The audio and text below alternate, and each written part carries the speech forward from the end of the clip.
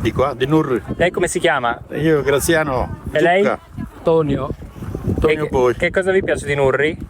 A noi ci piace tutto. Natura, le belle donne che ci sono, vedi il sindaco che è bravissimo. Di mestiere cosa fate? Mestiere vagabondi. Pensionati. Oltre le coste smeraldine esiste un'isola di pietra e silenzio, dove il tempo si misura a passi lenti, tra borghi millenari e natura selvaggia. Era da tantissimo che volevo scoprire la Sardegna dell'entroterra. Ha 86 anni? Sì. E cammina spesso? Sì, possibilmente quasi ogni giorno. Ogni giorno? Quindi qua devo chiedervi Il visto. Fiorino. Io non so se ho il passaporto per entrare. Si cammina attraverso questo meraviglioso borgo di lecce secolari in un'ambientazione boscosa. Facciamo comunque una vita molto stressante, però il fatto di regalarsi dei momenti bellissimi che poi ti conservi e poi non riesci a farne a meno. Quella di questo nuovo racconto di un reporter in valigia dunque è la Sardegna dei cammini. Fermati e comincia a viaggiare con un reporter in valigia.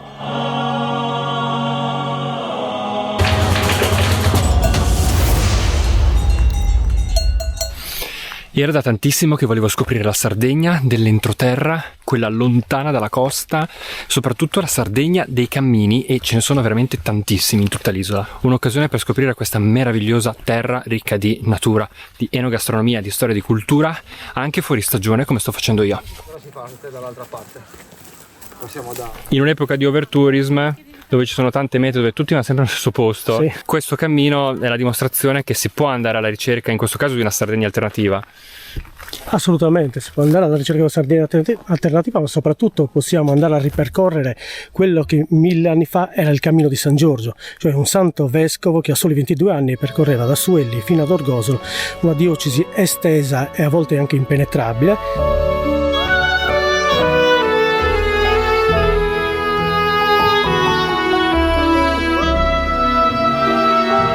Lago Basso del Flumendosa perché è il secondo lago che viene creato lungo il corso del Flumendosa. Il primo è il Lago Alto, che si trova nel territorio di Villa Grande. Quindi qui siamo nel territorio di Orroli. Prima eravamo a Nurri. Ok, lasciamo Nurri. Orroli, che prende il nome dalle querce di Roverella che vedi qua intorno, che in sardo si chiama Arrolli. Arrolli Arrolli è la quercia. È quella tipo è la Roverella. Ok. Nel 2024 ho abbandonato i cliché del turismo di massa per affondare i piedi nella terra cruda.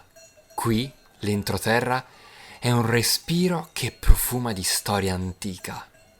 È un percorso che attualmente copre un centinaio di chilometri con l'obiettivo poi di arrivare fino ad Arbatax, giusto? Sì, esatto.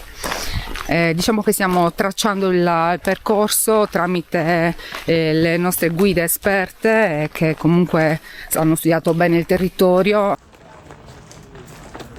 Questo cammino ripercorre gli itinerari di San Giorgio, vescovo di Suelli, nato nell'XI secolo a Cagliari da servi della gleba, è divenuto vescovo a soli 22 anni, quindi di fatto è un pellegrinaggio che unisce sia fedeli che amanti dell'escursionismo. Io abito a Suelli, quindi per me San Giorgio è molto sentito. molto speciale. Ci sono le spoglie, questo piccolo santuario meraviglioso. Poi dopo andremo anche a vederlo quando culmineremo il nostro itinerario, giusto? Doveva essere un camminatore molto esperto San Giorgio Vescovo, perché ha solcato territori impervi, quasi inaccessibili, soprattutto all'epoca. La sua parola l'ha portata fino alla Barbagia, all'Ogliastra, a Supramontes. Ripercorrere i passi di un giovane vescovo dell'anno 1000 significa sfidare l'isolamento per trovare una comunità orgogliosa. E lo stiamo percorrendo anche noi in questo momento. Che cosa ha da offrire a questo territorio? Soprattutto è pronto ad accogliere pellegrini? È un progetto ancora in parte in costruzione? Esatto, è un progetto in costruzione, noi stiamo lavorando sulla consapevolezza dei territori e delle persone che lo abitano. Abbiamo già tutto, c'è la natura, c'è la gastronomia, ci sono gli allevamenti, c'è il benessere, abbiamo visto dei laghi in questo territorio, che oggi l'acqua è uno degli elementi nei quali la Sardegna sta soffrendo maggiormente. Quindi delle opportunità che la natura ci offre noi dobbiamo solo cogliere con consapevolezza e con responsabilità.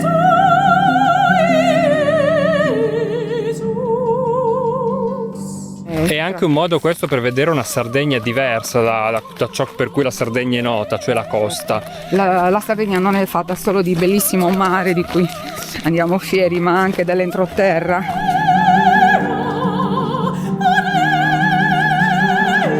Oltre alle bellezze ambientali incontriamo delle persone fiere, orgogliose di abitare in piccoli centri. La pace, il silenzio e l'aria che si respira è impagabile.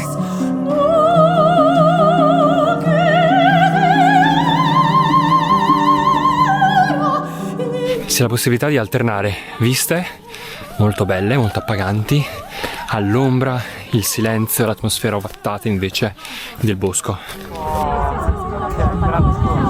Pensionale, prima cosa facevate? Prima facevamo... Vagabondi a spasso. Agricoltori, no? No, sempre in fabbrica, in funderia e Sono due galvanica. immigrati rientrati in paese. Esatto. Ah, dove eravate? Io ero tra Pavia e Milano, Certosa di Pavia. E lei invece? No, sono sempre stato a Roma. Un periodo in Germania, poi a Roma. E adesso invece si rilassa un po' con questa vista. Ormai da pensionati. Adesso pensionati siamo qua a goderci un po' la natura della Sardegna, del paesello nostro.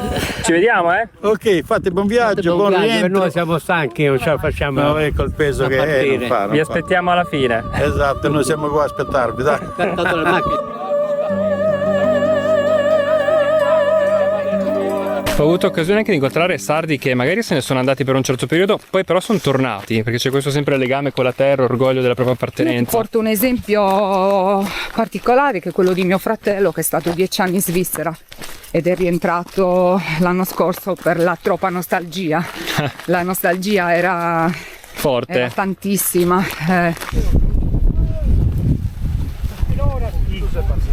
E la Sardegna, come tante aree interne, ha bisogno anche di gente che poi rimane sul territorio, e quindi bisogna anche offrire dei motivi per starci, e quindi anche questi turismi alternativi possono essere un'occasione per promuoverla in chiave diversa. Sono un'opportunità davvero per fare economia e fare economia dai beni che abbiamo effettivamente. Le persone stanno arrivando, dobbiamo dare dei servizi, questa è la nostra missione più grande, è cercare di rendere più agevoli questi tratti di cammino.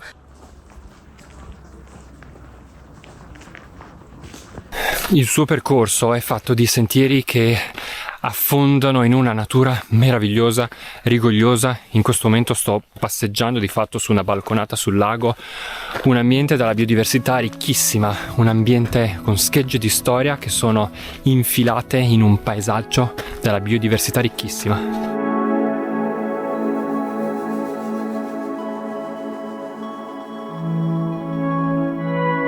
Quello che possiamo offrire a chi vorrà visitare questi bellissimi posti è il ritmo lento, cioè il passo lento, respira, goditi il momento e la pace di quell'istante, quindi godere del tempo che comunque non puoi comprare. No. Ma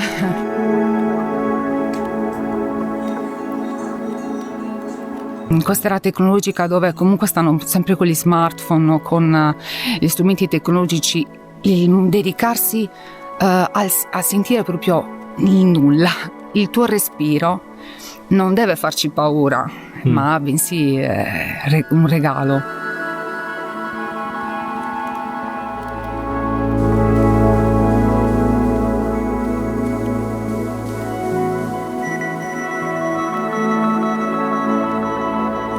Questi sentieri permettono poi di attraversare alcuni borghi rurali di questo territorio. In particolare in questa prima tappa siamo andati da Nurri a Orroli. Orroli è il borgo dove mi trovo ora, dove passerò la notte, dove tra l'altro c'è questo hotel diffuso con museo della cultura contadina che mi piacciono sempre un sacco, perché oltre a vedere gli attrezzi e gli ambienti autentici del passato con vestiari di 3 secoli, si intuisce anche qual era lo stile di vita dell'epoca. Un museo che custodisce accessori e strumenti che venivano utilizzati sia dai contadini ma anche dai nobili che erano i proprietari di questa tenuta agricola. Questi sono i corredi ricamati che sono appartenuti la maggior parte alle donne che hanno vissuto qua a Omuaju nel corso dei secoli. Questo che cos'è?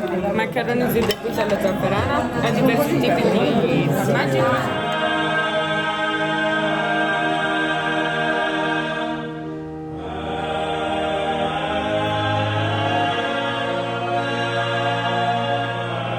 Che cos'era questo edificio? Una fattoria con l'abitazione padronale. Orroli è un paese di 2300 abitanti ed è famoso per il nuraghe a rubi, e poi vi dirò fra un attimo anche per altre cose. In questi borghi rurali la longevità non è un caso genetico, ma il frutto di un legame indissolubile con il cibo e la terra. Uno degli elementi, vino, formaggio, ve ne ho parlato prima, genetica, qualità della vita, poco stress, che fanno sì che anche la popolazione qui viva piuttosto a lungo. Abbiamo una signora che ha 107 anni, la signora. Sì. 107 anni attualmente, 113 quest'altro signore, quindi abbiamo molte persone che poi alla fine fanno anche una vita attiva, anche in tarda età riescono insomma a essere abbastanza autosufficienti e uno dei motivi probabilmente è che quando sono nell'ultima parte della vita spesso e volentieri stanno a casa con i figli e non vanno come facciamo magari nelle città, nel RSA o questi posti qua, che così ci pare qualche mese poi insomma è anche finito.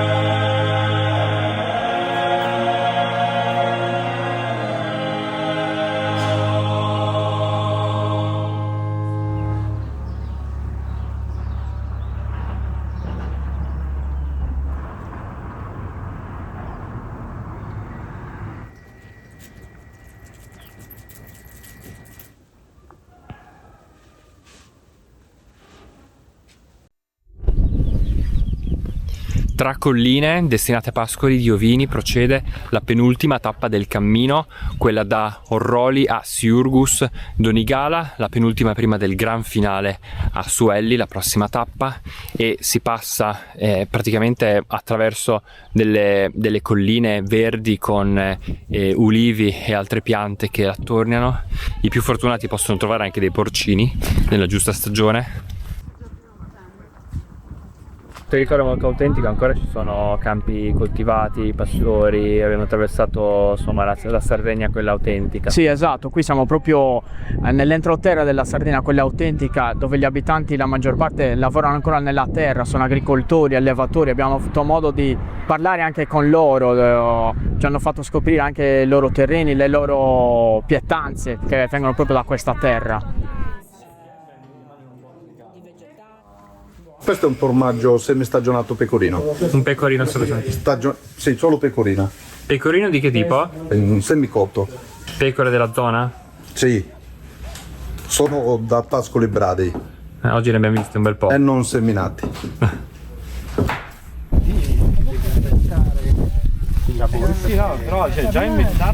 Come si chiama? Mi chiamo Luigi Fenu. Ha 86 anni? Sì. E di dov'è? Di Suelli. E cammina spesso? Sì, possibilmente quasi ogni giorno. Ogni giorno? Quei 7-8 km me li faccio. Caspita, da quando hai iniziato a camminare?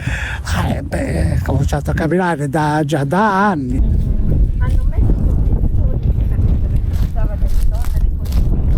periodo dei primi anni 60 anche in Lombardia. E poi perché è tornato?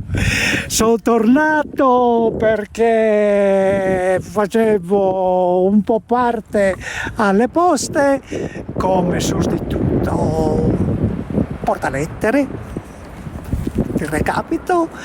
Allora mi hanno chiamato l'amministrazione delle poste e ho fatto la scelta di ritornare.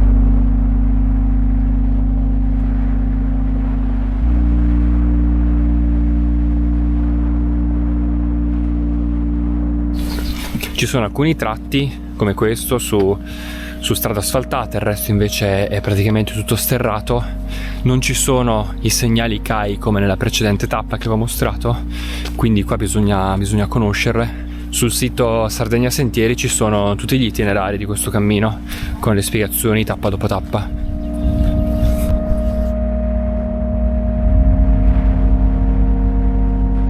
Quindi abbiamo avuto modo di scoprire le storie di questi territori che hanno un'antichissima storia, con tracce abitative fino a oltre i 5.000 anni.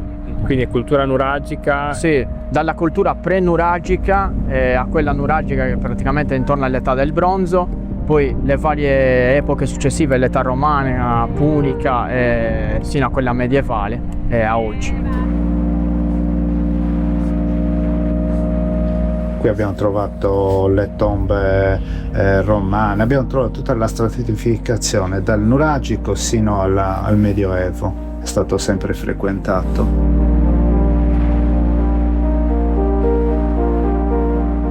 La civiltà nuragica è la civiltà dei misteri, perché i nuraghi, le strutture tipiche della Sardegna costruiti a partire dal XV a.C. sono di fatto dei misteri, perché la loro funzione ancora non è del tutto chiara. Probabilmente avevano una funzione difensiva, ma non soltanto, erano anche degli spazi di aggregazione. Ce ne sono alcuni lungo il cammino.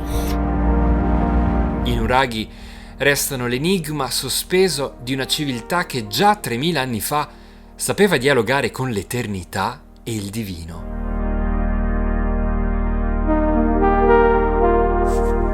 Qui c'erano tutti, questo è lo strato originale, qui c'è un pavimento roccioso 20 cm sotto, proprio roccia, è poggiato sulla roccia in alto.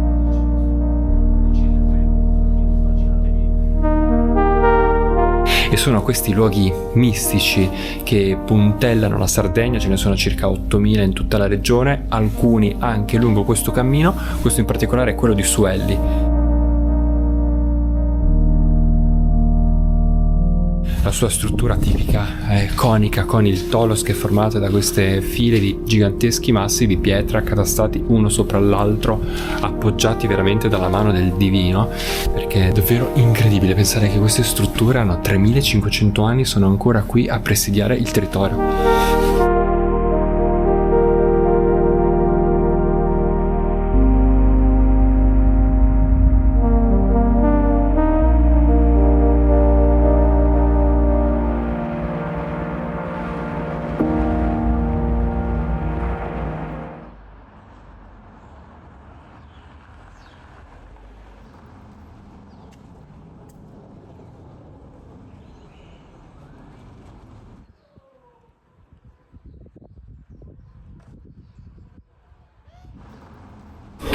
Buongiorno da Siurgus Donigala.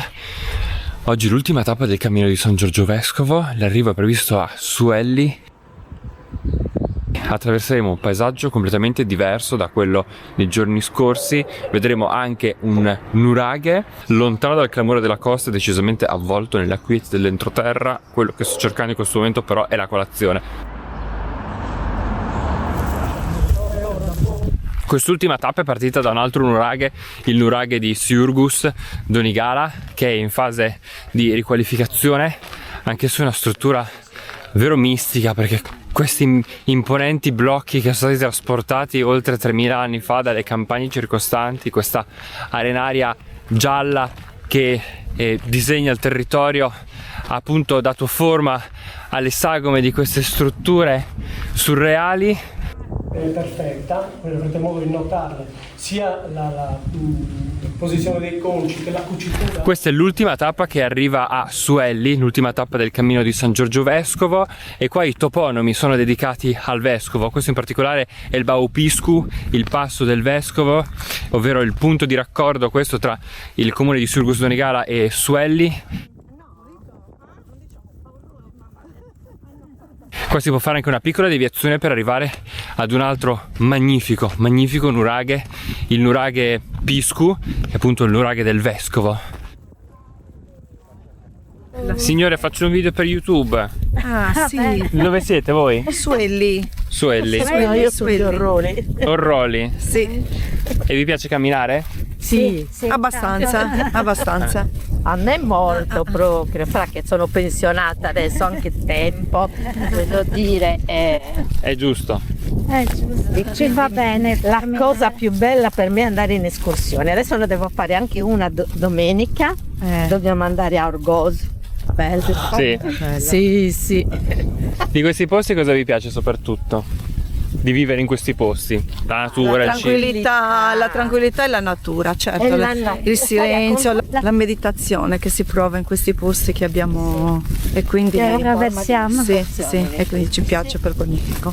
Per la tranquillità del paese. Sì. Cioè l'unico giornalista e oltretutto avete un'atleticità che è invidiabile. Vabbè, non corriamo come Ma siete bravissime. Dobbiamo camminare, non dobbiamo correre.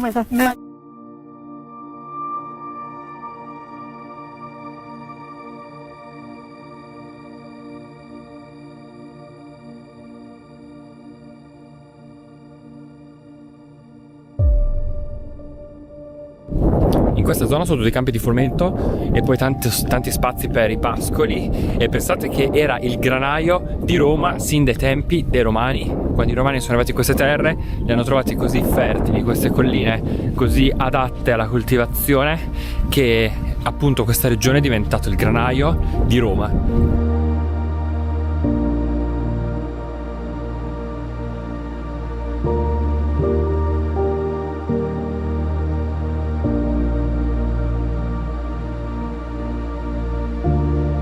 Questa è la fonte di San Giorgio, dove secondo la tradizione il santo si è fermato il suo cavallo con un colpo di zoccoli sulla roccia, ha fatto sgorgare l'acqua da qua, e ancora oggi questa fonte dà l'acqua a questo territorio.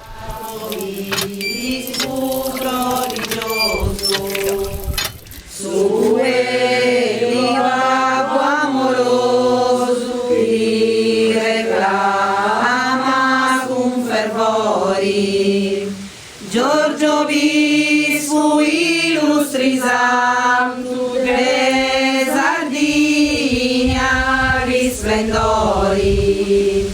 Giorgio Visfu illustri sanctus de Sardinia risplendori. O sanctus antiamau de suo cristiano, del su trono soberano, andi regna sublimau, a chi da invocau, donas eterno splendori. Giorgio Visfu illustri sanctus de Sardinia risplendori. E le campane della chiesa di Suelli accolgono i pellegrini. Siamo arrivati alla fine della tappa del cammino di San Giorgio Vescovo. Questa è la fine di un itinerario di 100 km diviso in 5 tappe, quello dedicato appunto a San Giorgio Vescovo. Suelli è il borgo che accoglie nella sua tappa conclusiva i pellegrini.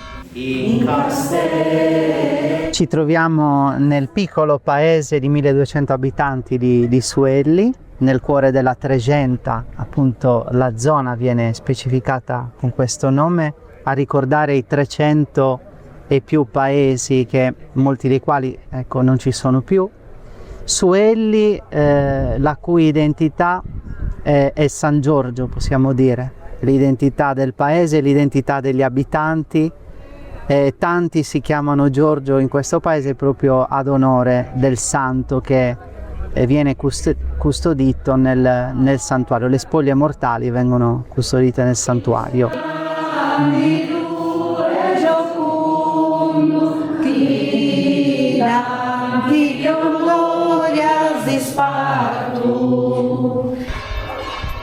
E queste sono le campane che accolgono l'arrivo dei pellegrini a Suelli, la tappa finale di questo cammino dedicato a San Giorgio Vescovo.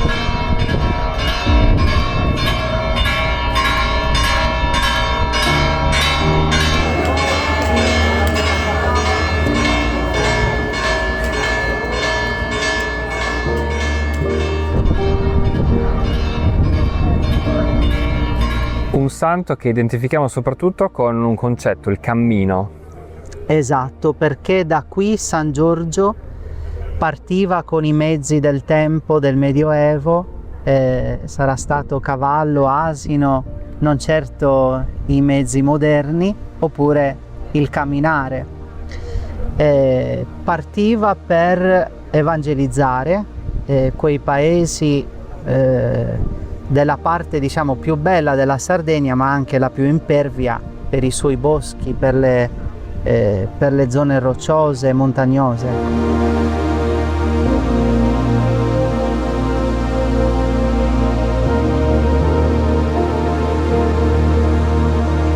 Un cammino che vi ho raccontato che è lungo 100 km, diviso in 5 tappe, con l'ambizione di estenderlo fino ad Arbatax. Io vi ho mostrato le ultime 3 che raccontano di una Sardegna autentica, dal ritmo lento, che racconta la storia di una popolazione che può vantare una tradizione antica, fatta di paesaggi meravigliosi, di enogastronomia. Che cos'è questo? Vitello. Vitello? Sì. Quanto cuoce? Che ore sono adesso? L'una? E c'è qua 17. 2 ore e mezza. 2 ore e mezza. E se gli sbagli la cottura si asciuga. Fregola, sugo di salsiccia, quanto viene cotta? La fregola 7 minuti. Almeno 7 minuti. Sì. Fa presto.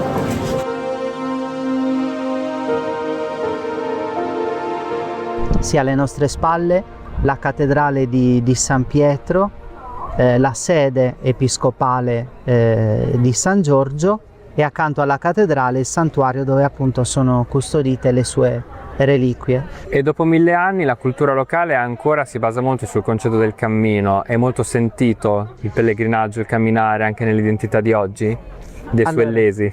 Sì, anzitutto come un desiderio di cui si è tanto parlato e che ora vede, diciamo così, i primi frutti.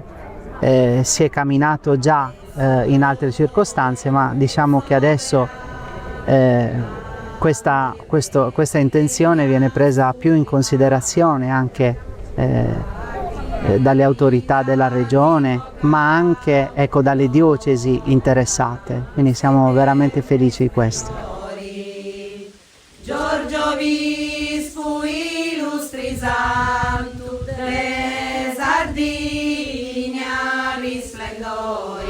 È un entroterra che non è abituato al turismo della costa, ancora deve affinare la propria accoglienza turistica con servizi per renderla più accessibile, aperta tutto l'anno.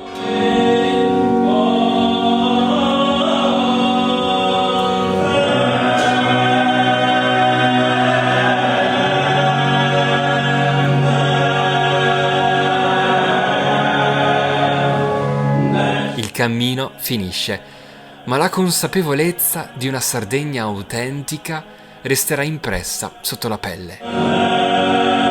Lasceresti mai Suelli? Io mai. Io mai. Ci sono nata, ci abito, ci lavoro. L'aiuto del vicino di casa, o che magari in città magari fa finta di non conoscerti, ma mentre qui ti invita ad entrare in casa, vedere la persona e fidarsi dell'altro. E idealmente il cammino comunque c'è da fare ancora.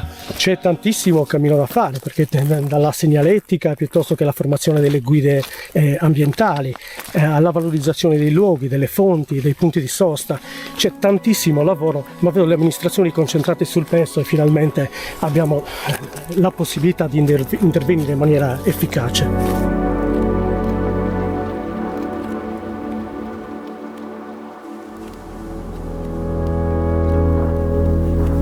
Il cammino perché è importante? Che cosa è bello del camminare? Il cammino è bello in ogni sua forma. Questo ha un'identità particolare perché è un vescovo che ha unito anche i territori divisi non solo per la distanza fisica, ecco, ma anche dalla mentalità. È un vescovo che ha creato comunione, ecco.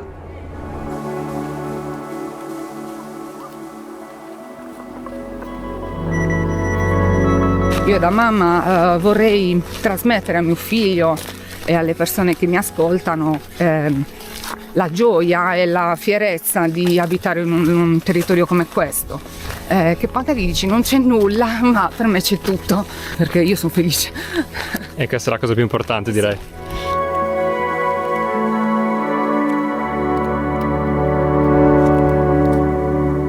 È una terra decisamente autentica e in certi casi questo la rende anche poco preparata per accogliere un turismo come avviene sulla costa. È comunque una terra in cammino, come del resto fece San Giorgio, in cammino verso far scoprire ai continentali, come li chiamano loro, i tesori, le tradizioni, la cultura, l'enogastronomia e soprattutto la natura e il ritmo lento di questa terra che può vantare una tradizione antichissima.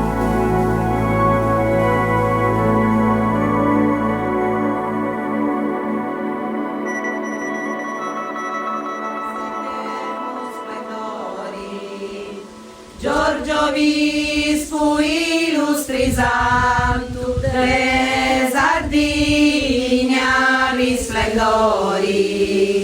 Giorgio Vispo illustri santu